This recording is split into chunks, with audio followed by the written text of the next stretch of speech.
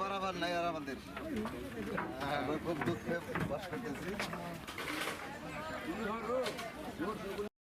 5 বিঘা জমি নদীতে ভেঙে চলে গেছে, স্তরে চলে যেতেছি।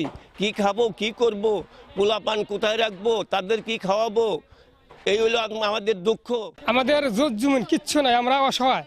বর্তমানে আমাদের গাছতলা আসন করা হয়েছে, মানে গাছতলায় আমরা থাকতে পারছি। আমাদের খুব কষ্ট, কেউ দেখতেও আসে না। খুব অবস্থা খারাপ। আমার জমি 3 পাখির জমি নদীতে চলে গেছে, বাড়িটা ভাঙ্গা চলে গেছে। এখন আমাদের কোনো উপায় নাই। আমার ঊর্ধ্বতন কর্তৃপক্ষকে লিখেছি, সে অনুযায়ী ইনশাল্লাহ ব্যবস্থা নেওয়া হবে বর্ষা মৌসুম শেষ হওয়ার পরে। আর আমার কাছে যে তহবিল আছে এটা দিয়ে আপাতত আমরা দেখি কিছু করা যায় কিনা।